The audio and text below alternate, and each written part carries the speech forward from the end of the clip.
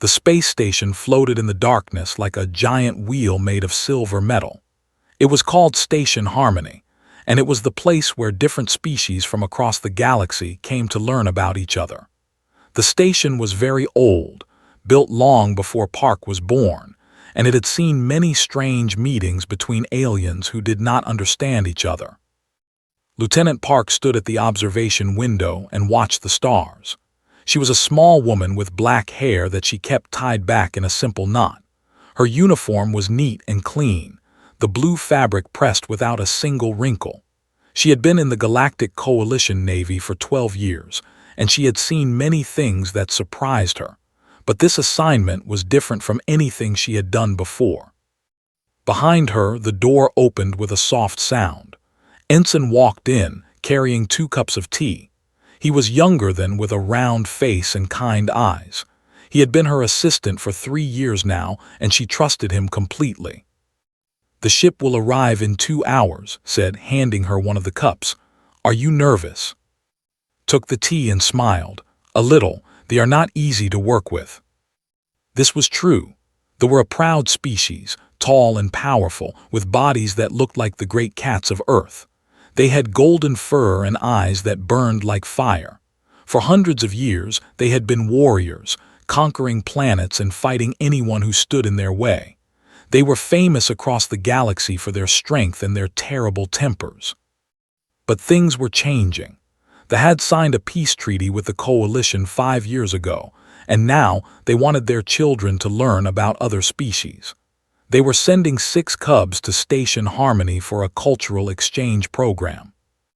Had been chosen to lead this program. It was an honor, but also a heavy responsibility. "I read the briefing files again last night," said. "The cubs are young, between 6 and 10 years old in human terms, but even at that age, they are stronger than most adult humans." "I know," said, "but they are still children, we must remember that." The hours passed quickly. Checked the quarters that had been prepared for the cubs. She made sure the temperature was right, that the beds were comfortable, that there was food they would like. She wanted them to feel welcome. When the ship finally arrived, went to the docking bay to meet them. The ship was large and dark, shaped like a blade. It looked dangerous, even when it was just sitting there. The doors opened and they walked out.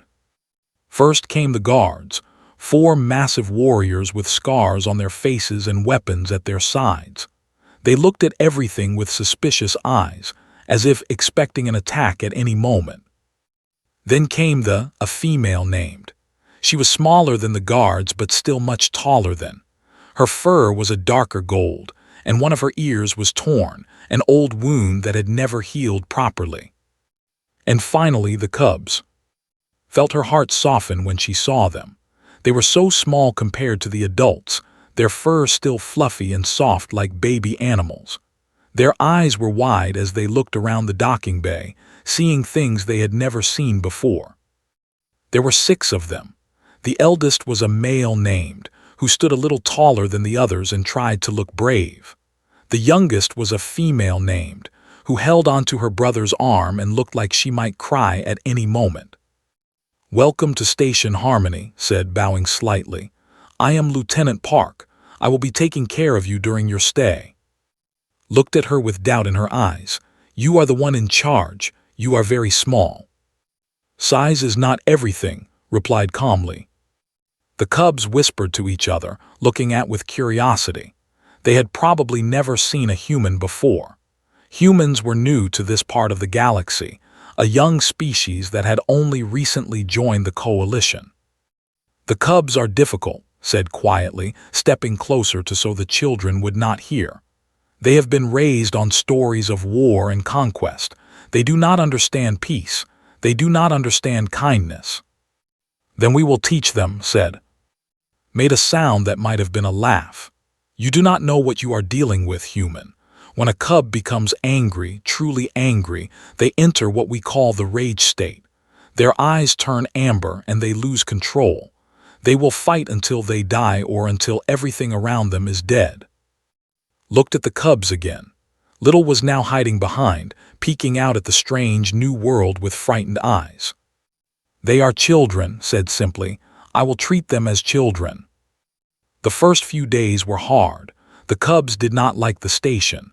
Everything was wrong for them. The air smelled strange, the lights were too bright, the sounds were unfamiliar. They missed their home, their parents, the familiar things that made them feel safe. Did her best to help them. She brought special blankets from there, soft and carrying the scent of their family. She found foods that they liked. She let them stay together instead of putting them in separate rooms. But it was not enough. Stopped eating. She would sit in the corner of the room staring at nothing, her small body getting thinner each day. Started packing at night, unable to sleep, his claws scratching the metal floor as he walked back and forth. The other species on the station watched from a distance. Most of them were afraid of even the cubs. They did not want to get too close. But there was another group that worried about the cadets. They were an insect-like species with hard shells and many legs. They were very intelligent, good at science and mathematics, but they had no emotions. They did not understand feelings like love or fear or sadness. To them, these things were just chemical reactions in the brain, nothing more. 3 cadets had been assigned to the cultural exchange program. Their leader was named, and he watched the cubs the way a scientist watches an experiment. "The cubs are inefficient," clicked to during a meeting. "They waste time with their emotional displays. Our analysis shows they would perform better if we removed the things that cause these reactions." Felt cold? What do you mean? The blankets, the scent markers, the comfort objects. These things make the cubs weak. If we take them away, the cubs will be forced to adapt. They will become stronger. "No," said firmly. "Those things are not making them weak. Those things are helping them survive. They are far from home, surrounded by strangers. The blankets and scent markers remind them of their family. It is the only comfort they have." Tilted his head, confused. Comfort is not a useful concept. Results are what matter. Tried to explain, but they could not understand. To them, emotions were a problem to be solved, not a part of life to be respected. That night could not sleep. She had a bad feeling, a weight in her chest that would not go away. Something was going to go wrong. She could feel it. She thought about the cubs, alone in their quarters, holding onto their blankets like lifelines. She thought about the cadets, watching and calculating and planning. She thought about what had told her about the rage state. Outside her window, the stars burned cold and distant. The galaxy was vast and full of species that did not understand each other. That was why Station Harmony existed. That was why it was here. But some things could not be fixed with meetings and reports. Some things needed something more. Just hope she would be ready when the time came. 3 weeks passed on Station Harmony. The days blended together, each one bringing new challenges that had to face. The cubs were not getting better. If anything, they were getting worse. Had become very thin. Her fur, once bright and golden, had become dull. She rarely spoke anymore, just sat in the corner and stared at the wall. When tried to talk to her, the little cub would look at her with empty eyes, as if she had forgotten how to feel anything at all. Was different. His sadness had turned into anger. He snapped at the other cubs, growled at anyone who came near, and spent his nights packing like a trapped animal. The metal floors of their quarters were covered in scratch marks from his claws. The other 4 cubs were somewhere in between. They cried at night when they thought no one could hear. They asked when they could go home. They did not understand why they had been sent to this cold, strange place so far from everything they loved. Tried everything she could think of. She arranged video calls with their parents on Prime, but the time delay made real conversation impossible. She brought new foods, new toys, new things to do. Nothing worked.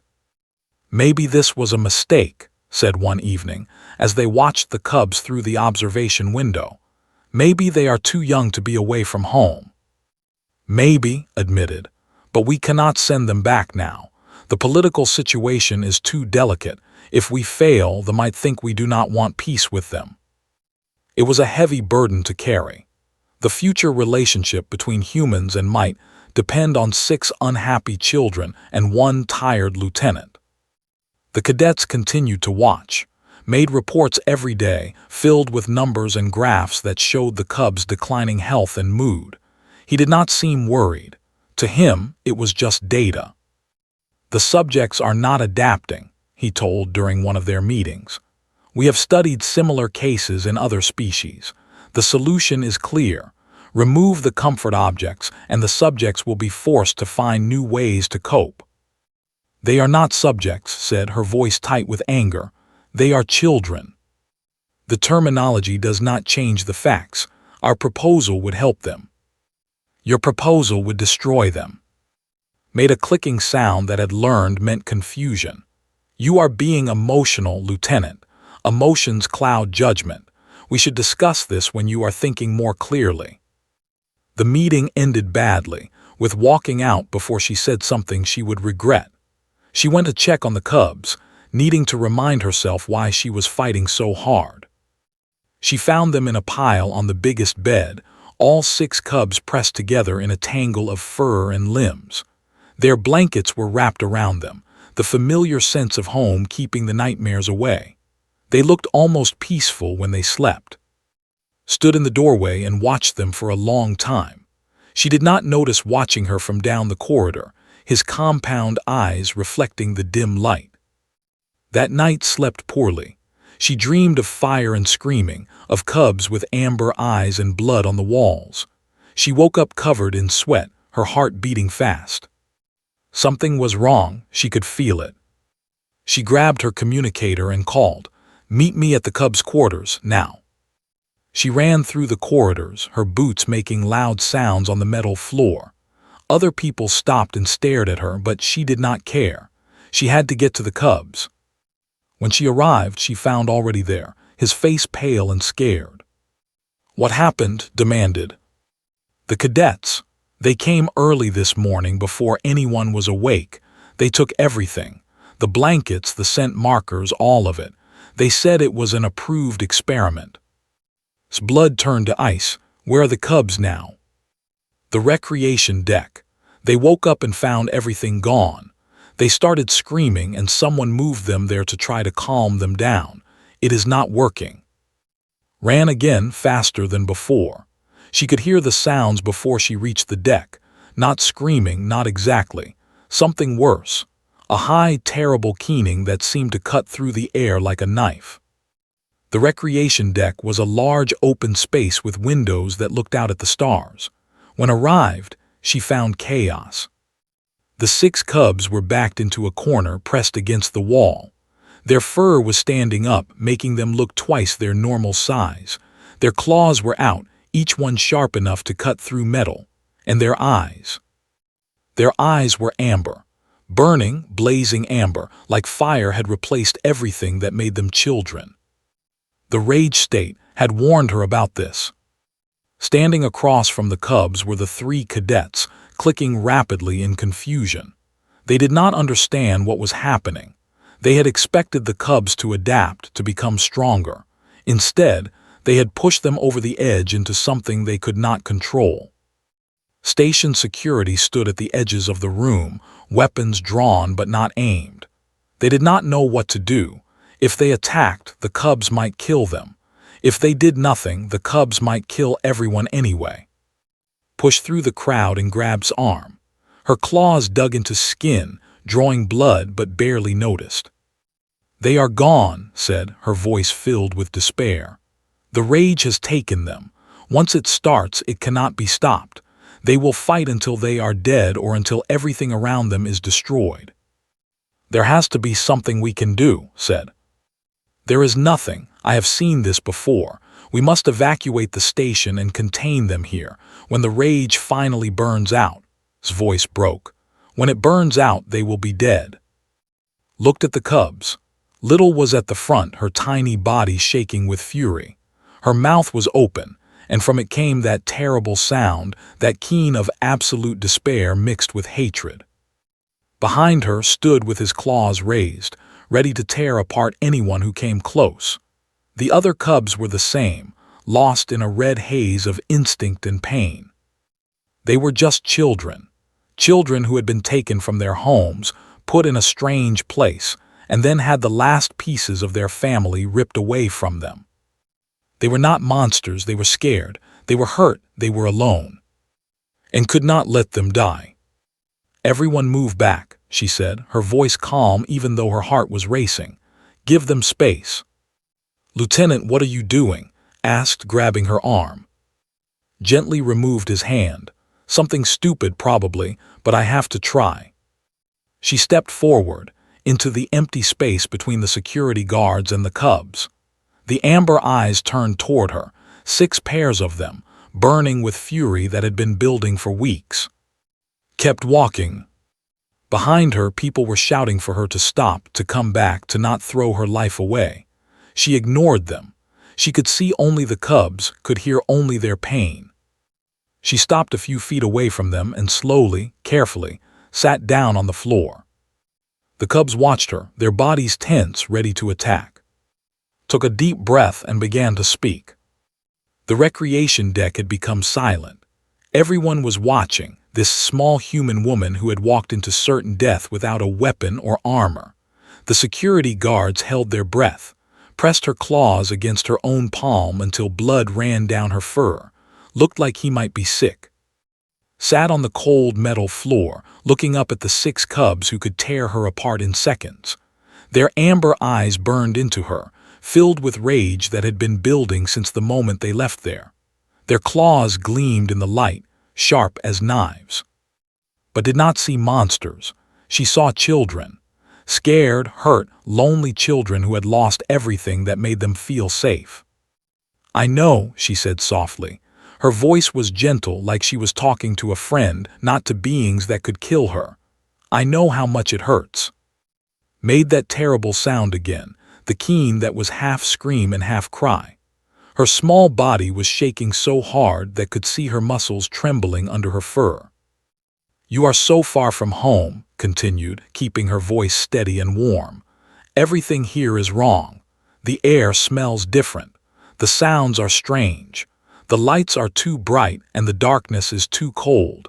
And then someone came and took the only things that reminded you of your family." Snarled at her, a warning. His claws twitched, ready to strike. In the rage state, he probably did not even understand her words. He was operating on pure instinct, and his instincts were telling him to destroy anything that came close. But did not move away. She did not show fear, even though her heart was beating so fast she could hear it in her ears.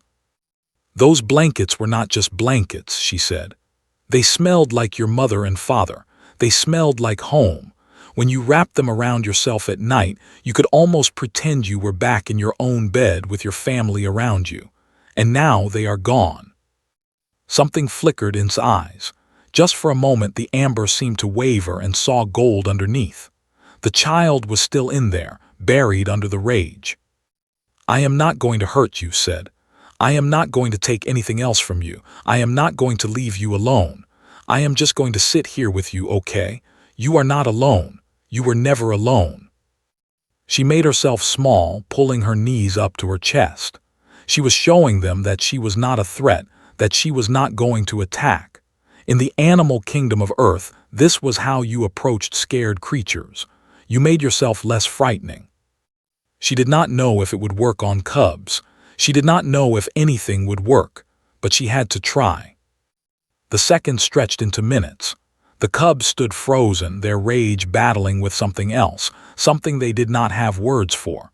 The instinct to kill was strong, bred into their species over thousands of years of evolution. But there was another instinct too, older and deeper. The instinct to seek comfort when afraid. Moved first. The smallest cub stumbled forward, her legs shaking beneath her. Her eyes were still amber, but the fire in them was dying, being replaced by something that looked like exhaustion. She had been fighting so hard, carrying so much pain, and she was tired. She collapsed against the chest. Felt the impact, felt the sharp claws and the hard skull and the burning heat of the cub's body. She wrapped her arms around and pulled her close, holding her the way a mother holds a child. "I have got you," whispered. "You are safe now, I have got you." Made a sound, but it was not the keen of rage anymore. It was a whimper, a cry. The sound a child makes when they have been brave for too long and finally find someone who will let them be weak. The other cubs watched. The amber in their eyes flickered like candles in the wind. Took a step forward, then another. His claws were still out, his body still tense, but something had changed. He was not looking at like prey anymore. He was looking at her like he was not sure what she was. He pressed against her side and shifted her arm to include him. She held both cubs now, one on each side, their bodies warm against hers. She could feel their hearts beating, fast at first but slowly getting calmer. "It is okay," she said, her voice breaking a little. "You are safe, you are not alone." One by one, the other cubs came. They pushed and squeezed until all 6 of them were pressed against, wrapped in her arms as much as they could be. They were too many for her to hold properly, but she tried anyway. She put her arms around as many as she could reach, and the others pressed close, seeking the comfort of touch. The amber faded from their eyes. Gold returned, bright and warm, the color of children instead of warriors. They began to cry. Not the terrible keen of rage, but real tears, real sobs. The pain they had been carrying for weeks finally found a way out and held them while they let it go. Behind her, the station was still silent. No one moved. No one spoke. They all watched the human woman holding the alien children, watching the rage melt away like snow in spring. His claws had stopped digging into her palm. Her mouth was open, but no words came out. She had never seen anything like this. In all her years, in all the rage states she had witnessed, she had never seen one end without death. Had tears running down his face, he did not wipe them away. Did not know how long she sat there. Time seemed to stop, and there was only the warmth of the cubs, the sound of their crying, the feeling of their hearts beating against her body. Eventually, the crying stopped. The cubs did not move away, but their bodies relaxed. Some of them fell asleep, exhausted from the emotional storm they had been through. Others just lay still, their eyes half closed, breathing slowly. Looked up at. Her eyes were gold again, bright and clear, and in them saw something that made her own eyes fill with tears. "Trust. You stayed," whispered. "Everyone else runs away, but you stayed." Smoothed the fur on his head, feeling how soft it was, how small the cub really was beneath all that power. "Of course I stayed," she said. "That is what you do for people you care about, you stay." Pressed closer, tucking her head under his chin. "I was so scared," she admitted, her voice tiny. "I was so angry and I did not know how to stop." "I know, little one, but you do not have to be angry anymore. I am here. I am not going anywhere." Stirred against the other side. He looked up at her, and there was no trace of the warrior he had been trying to be. He was just a child, young and vulnerable, and desperately in need of someone to tell him everything would be okay. "Will you be our pack?" he asked. "While we are here away from our family, will you be our pack?" Felt her heart break and heal at the same time. "Yes," she said. "I will be your pack, all of you, for as long as you need me." The cubs settled around her, 6 small bodies finally at peace. The rage was gone, burned away by something stronger, not violence, not force, just the simple, powerful act of holding on. From across the room, watched, and for the first time in her life, the old warrior felt something she had never felt before when looking at another species. Hope. The news traveled faster than light. Within hours of the incident, messages were flying across the galaxy, from station to station, ship to ship. The High Council received an emergency report. High Commander, father of the 6 cubs, was informed during a military meeting. He left immediately. His ship tore through space at speeds that pushed the engines to their limits. He did not eat. He did not sleep. He stood at the front of the bridge and watched the stars blur past, his golden eyes burning with a fire that made even his own crew step back. When his ship arrived at Station Harmony, the docking procedures were waived. No one wanted to make the High Commander wait.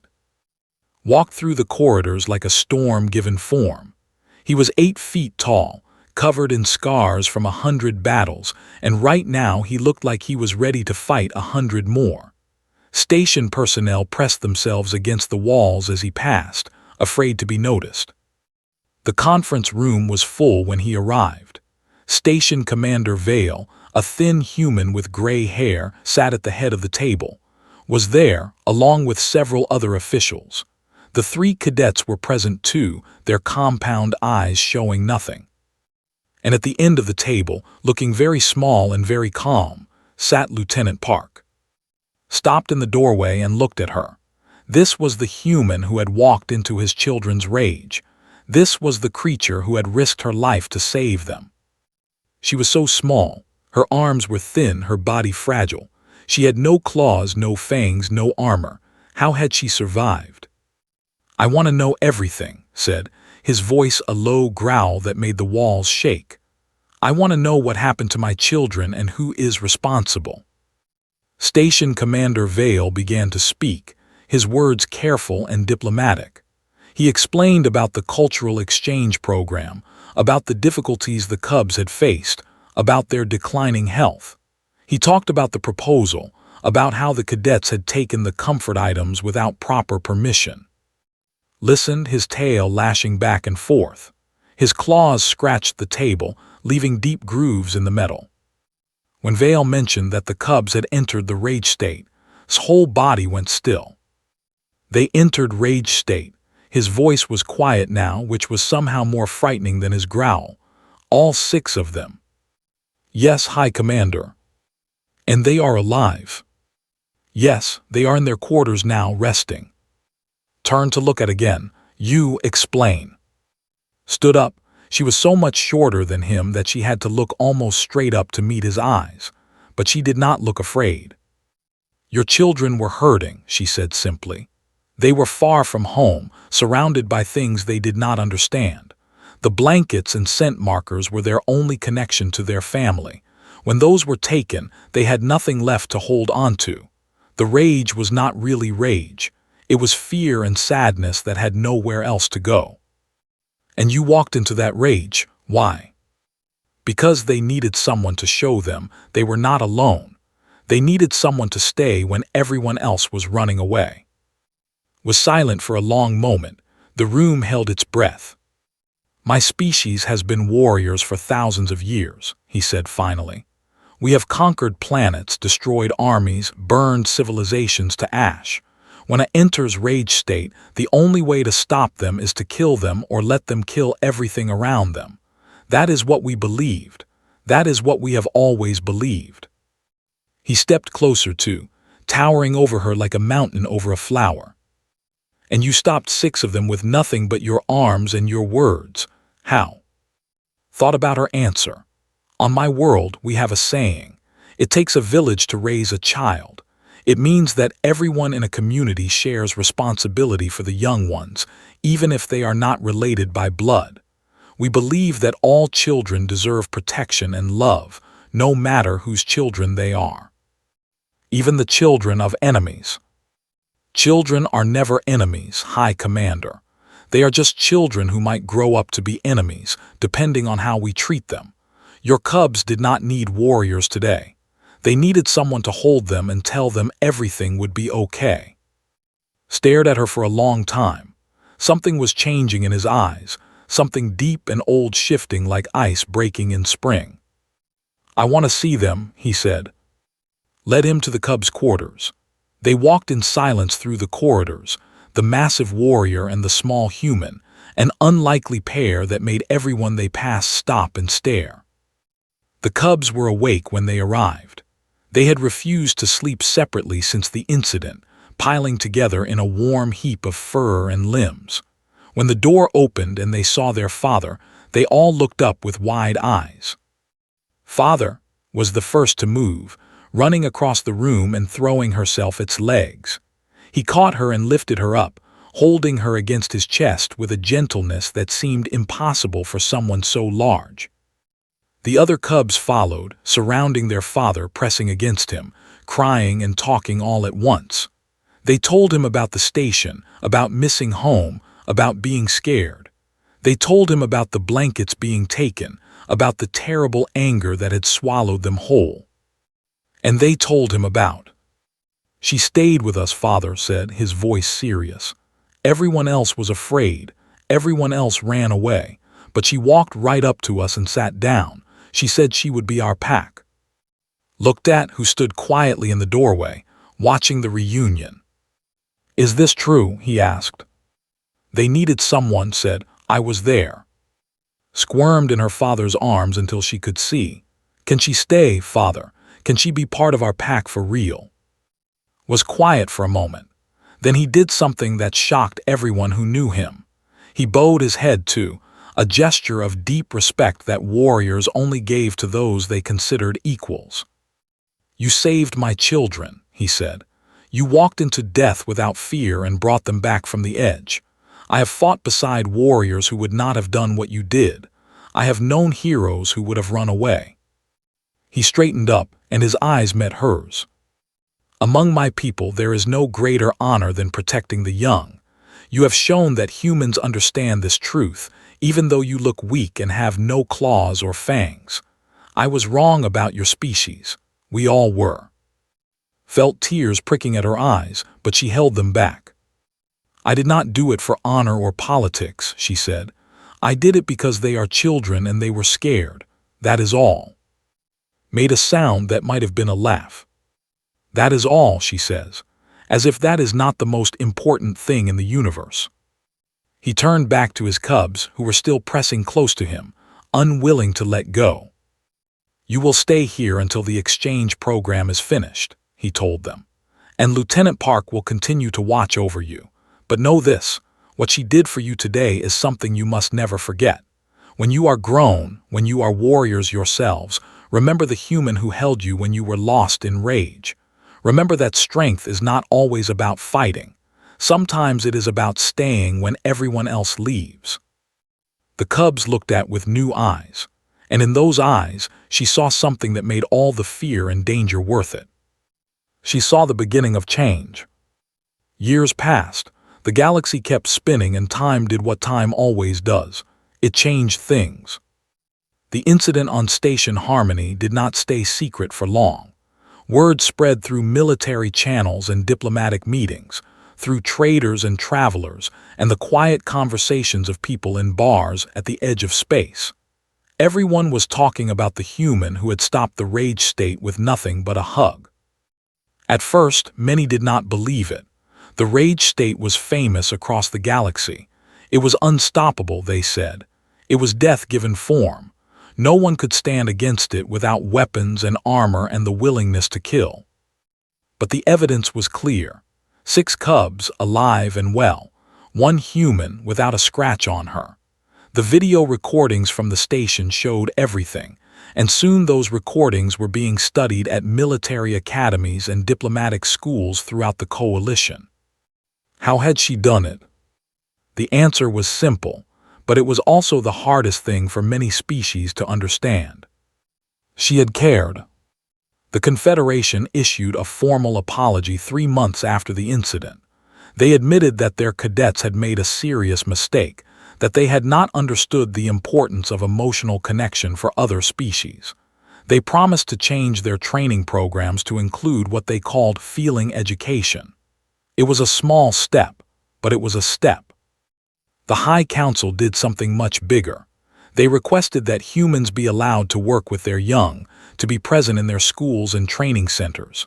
Not as teachers exactly, but as what they called heart keepers. People whose job was simply to be there, to offer comfort, to remind the cubs that strength could be gentle. Was offered the position of ambassador. She would have been the first human to hold such a high rank with the. It was an incredible honor. She said no.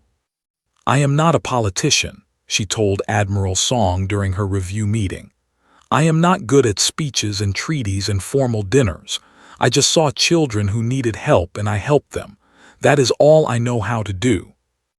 Admiral Song smiled.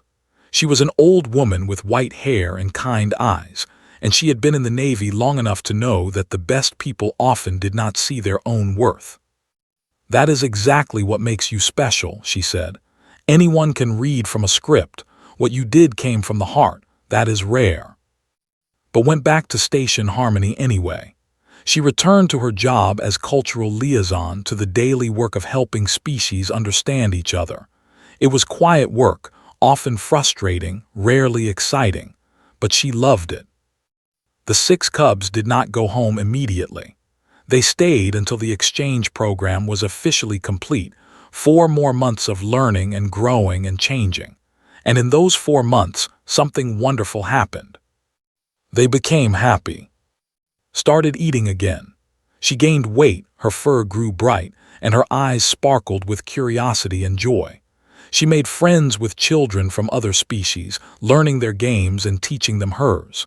She laughed often, a high sound that made everyone who heard it smile. Stopped packing at night. He learned to calm himself when he felt angry, to take deep breaths and think about the people who cared about him.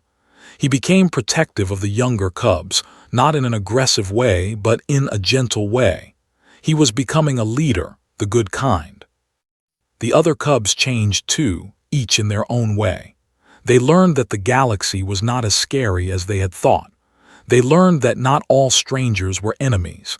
They learned that home could be a feeling, not just a place. And they never forgot. When they finally left, going back to Prime to continue their education, each cub gave something precious. Gave her a lock of fur, tied with a golden thread. Gave her one of his baby claws, which had fallen out as he grew. The others gave similar gifts, small pieces of themselves that showed how much she meant to them. "We will come back," promised, hugging so tight it almost hurt.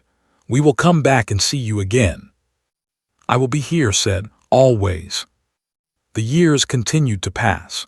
Grew older, her black hair turning gray, her face gaining lines that showed how much she had smiled over her lifetime.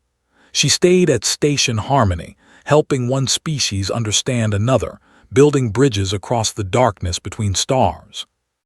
And every year, on the anniversary of the incident, she received messages.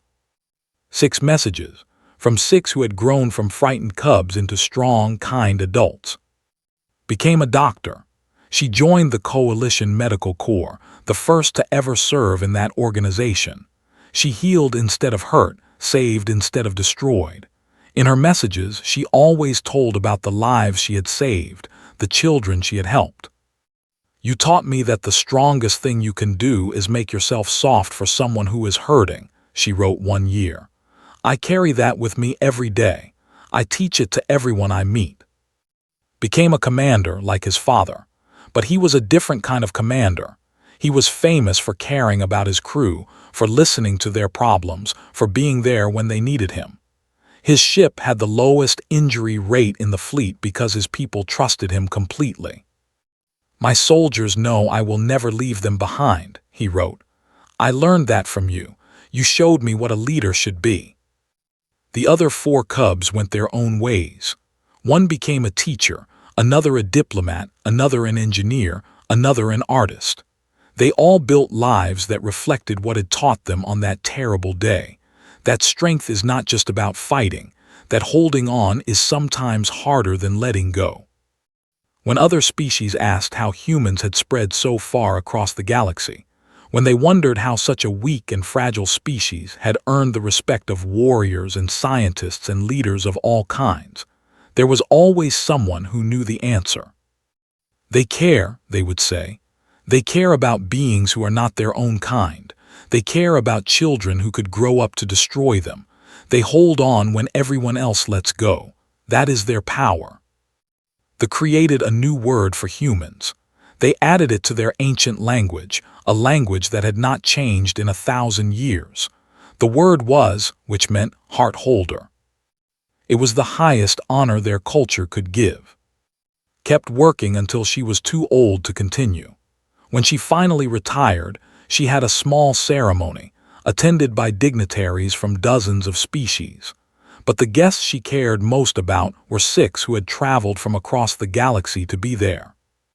They were adults now, tall and strong, with scars and medals and families of their own.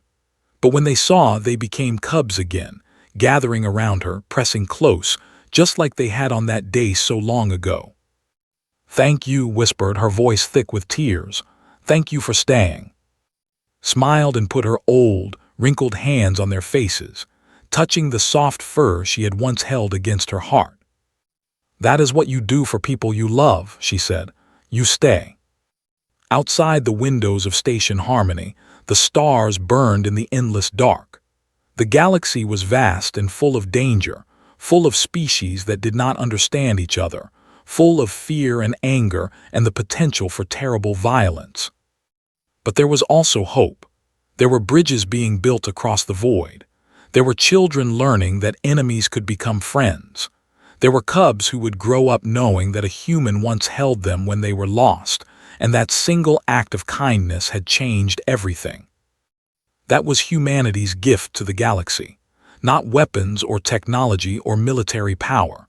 Just the simple, stubborn willingness to care about beings who were different, to hold on when everyone else ran away. In the darkness between stars, it was enough. It was more than enough. It was everything.